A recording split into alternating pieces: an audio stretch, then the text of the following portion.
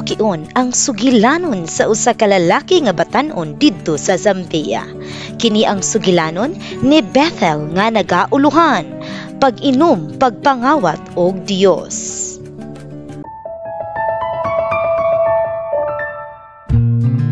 Si Bethel misulod sa Rosango University sa Zambia tungod kay gusto siyang mubiya sa pag-inom og alak. Bisan gikan siya sa pamilya sa Seventh-day Adventist, nagsugod siya og inom pagkamatay sa iyang inahan sa dihang 15 anyos pa siya. Nahimo kini nga bisyo hangtod makagraduar siya sa high school. Pag-abot niya sa universidad, wala gihapon niya mabiyaan ang bisyo.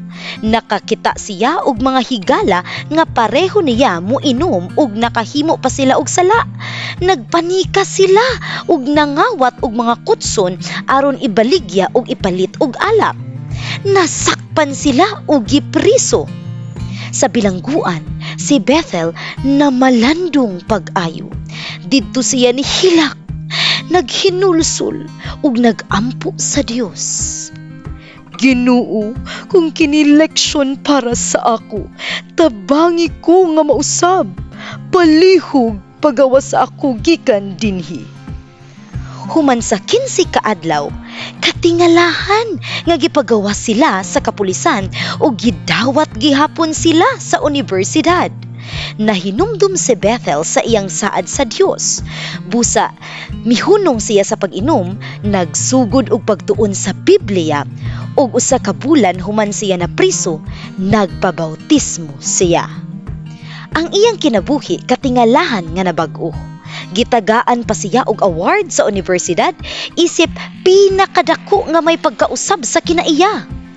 Karon, usa na siya ka student leader, miyembro sa media team sa iglesia ug hapit na mahuman sa iyang kurso sa journalism, communication ug peace and conflict resolution. Naghuna-huna usab siya nga mobalik aron magtuon og theology ug mahimong pastor. Matod pa ni Bethel, ang Dios mao'y nakapabag-o sa akong kinabuhi.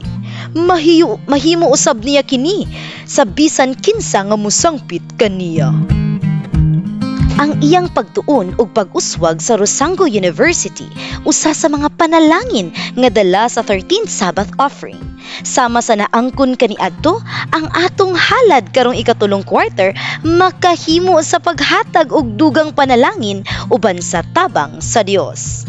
Salamat sa imong pagplano ug madagayaon nga halad karong Setyembre 27.